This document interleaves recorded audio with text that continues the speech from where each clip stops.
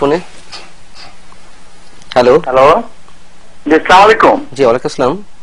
জি আমার প্রশ্ন হলো দুইটি। আমার নাম শাহরুল কবির খান। একটি প্রশ্ন হলো যে নারায়ণগঞ্জে যে নির্বাচনটা হয়ে গেল, যে আলোচনাটা হচ্ছে, এই নির্বাচনটা পরে আওয়ামী লীগ কিন্তু খুব সুন্দরভাবে প্রমাণ করলো যে তার অধীনে কোনো ভালো নির্বাচন হবে না। এই একটা। আরেকটা হলো যে গত 2 দিন আগে বিজিএমই এর কাছে বাণিজ্য মন্ত্রী যে একটি উস্কানিমূলক বক্তব্য তুলে দিলেন, সেই বক্তব্য সূত্র ধরে যে বিজিএমই যেভাবে হুমকি দিল, স্টেট ডিপার্টমেন্টটাকে সেটা একটা প্রতিবাদ জানিয়েছে। তা থেকে আমাদের গার্মেন্টস শিল্প কিংবা এই দেশের আরো কোনো নতুন বিপদ। আপনাকে অনেক ধন্যবাদ প্রিয় দর্শক। এই শামীম ওসমান কিন্তু নারায়ণগঞ্জ 5 আসনের ভোটার না। সেলিম ওসমান যিনি নির্বাচিত হয়েছেন উনিও ভোটার না। শামীম ওসমান পার্শ্ববর্তী কনস্টিটিউয়েন্সির একজন নির্বাচিত এমপি, যিনি আওয়ামী লীগের, এবং আজকে ইলেকশনটা হয়েছে লাঙ্গল প্রতীকে। উনি জাতীয় পার্টির এমপি।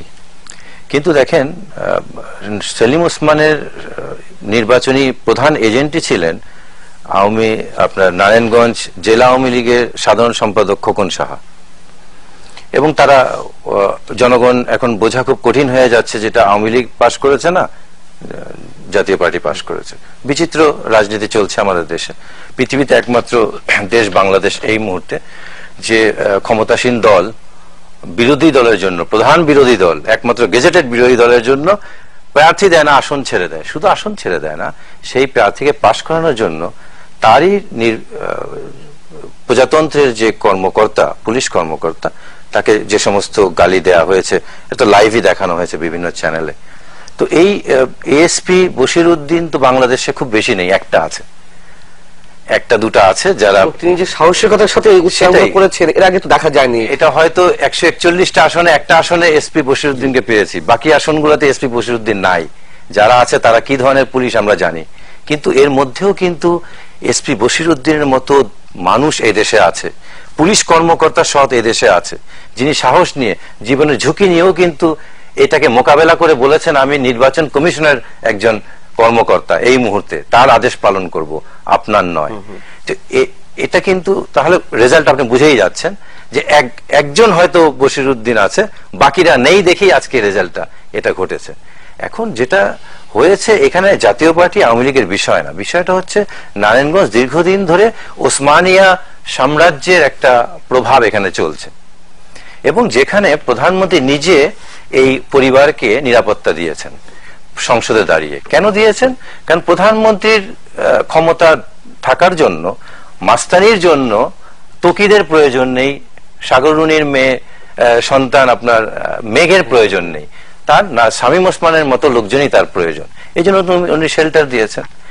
এখন শামীম ওসমানকে দেখেন, আমেরিকা, যেটা আমরা জানি, পেপারে দেখেছি, আজীবনের জন্য নিষিদ্ধ করেছে ভিসায়, কিন্তু এটা আমাদের কোনো যায় আসে না। উনি আমেরিকায় ভিসা নিষিদ্ধ হোক কিংবা থাকুক, আমাদের জন্য যায় আসে যদি প্রধানমন্ত্রী তার গুড বুক থেকে যদি এই গডফাদারকে চিরতরে নিষিদ্ধ করেন, সেটা আমাদের যায় আসে, যেটা কিন্তু আমরা দেখলাম না। আমরা দেখেছি যে প্রধানমন্ত্রী শামীম ওসমানের সাথে নূর হোসেন টেলিফোনের আলাপটা প্রকাশ হয়েছে। আমার তো মনে হয় এখন শামীম ওসমানের সাথে প্রধানমন্ত্রী যে টেলিফোন আলাপটা হয়েছিল এই 7 খুনের পর 10 মিনিটের মধ্যে, সেটাকে প্রকাশ করা উচিত।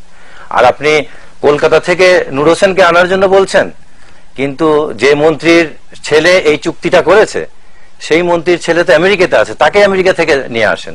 এখন একটা খুব ইন্টারেস্টিং, নূর হোসেন 7 খুনের বিষয়ে অনেক বেশি আন্তরিক, তাকে নির্দেশ দিতে হয়, তিনি নির্দেশ দেওয়ার পরে আসামিদের ধরার জন্য প্রশাসন উঠে পড়ে লাগে না। এটাই তো মজা। নূর হোসেন কি বলেছে? ভারতে গিয়ে বলেছে যে আমি তো আসেনি, আমার নেতাই আমাকে ভারতে পাঠিয়েছে। তো তার নেতাটাকে, প্রথমত তার নেতা তো হয়ে এইচ.টি. ইমাম, যিনি তাকে মেয়র হওয়ার জন্য চিঠি লিখে সুপারিশ করেছিলেন। এই এইচ.টি. ইমাম যিনি আমেরিকাতে তাকে পালানোর জন্য দূতাবাসে উনি সুপারিশ করেছেন, নাকি সেকেন্ডলি এটা শামীম ওসমান যিনি তাকে গৌরঙ্গ দ্বার কাছে পাঠিয়েছেন, কিভাবে যেতে হয় গৌরঙ্গ দ্বার কাছে, কিংবা এই শামীম ওসমান যে যাকে নূর হোসেন বলেছিল ভাই আপনি আমার বাপ লাগেন, সেই শামীম ওসমান, নাকি এটা সেই মোফাজ্জল হোসেন চৌধুরী মায়া তার নেতা, যিনি যার ছেলে চুক্তি করেছে হত্যার, এটা তার মেয়ের জামাই এটাকে বাস্তবায়ন করেছে, আর উনি মন্ত্রী হয়ে এটাকে ম্যানেজ করেছে, প্রোটেক্ট করেছে, এবং যে সমস্ত ভাষায় ওনারা কথা বলছেন তো এই যে গুমের রাজনীতি দিয়ে যে বিষয়টা এখন যেটা নারায়ণগঞ্জে দেখা যাচ্ছে, এটা কিন্তু হঠাৎ বিষয় না। বাংলাদেশে গুমের রাজনীতি শুরু হয় 30শে জানুয়ারি 1972 সনে জহির রায়হানের গুমের দিন থেকে। আপনার ক্রস ফায়ার রাজনীতি হয় 1975 সনে 2রা জানুয়ারি, যেদিন সিরাজ শিকদারকে হত্যা করা হয়। বাংলাদেশে এই ভোট ডাকাতির নির্বাচন শুরু হয় 1973 সনে প্রথম বাংলাদেশে। বিরোধী দল আর গণতন্ত্রকে হত্যা করা হয় সর্বপ্রথম 1975 সনে 25শে জানুয়ারি 4র্থ সংশোধনী করে। এদের হাতেই তার বারবার বলা হচ্ছে কিন্তু 75-এর পর সংবিধানকে ভেঙে দিয়েছে, মৌলিক কাঠামো শেষ করে দিয়েছে, গণতন্ত্র। তো 75-এর আগে 4টা সংশোধনী হয়েছে। ঠিক হয়ে থাকে তাহলে 75 বা 72 আর এখন হচ্ছে তা তো নয়, এটা তো সময় পরম্পরায় চলে আসছে। এখন যেটা হচ্ছে, মাঝখানে যারা আসছে তারাও তো এগুলো চালিয়েছে। যেটা হচ্ছে এখন কিছু হলেই আপনি এই যে গডফাদারকে আমরা দেখছি, গডফাদারকে দেখছি, কিন্তু পেছনে যে শাড়ি পরা গডফাদার রয়ে গেছে তাকে কিন্তু আমরা দেখছি না। এবং যখন একরামের হত্যার পর, যখন একরামকে হত্যা করা ফেনীতে, সেই দিনে মাননীয় প্রধানমন্ত্রী বলেছেন যারা হত্যা করেছে তারা স্বাধীনতা বিরোধী শক্তি। পরবর্তী দেখা গেল সব আওয়ামী লীগ যুবলীগের ছেলেরা। তার মানে আওয়ামী লীগ যুবলীগ যারা করে তার স্বাধীনতা বিপক্ষে শক্তি, তার এটা প্রমাণিত প্রধানমন্ত্রীর কথা অনুযায়ী। হ্যালো দর্শক।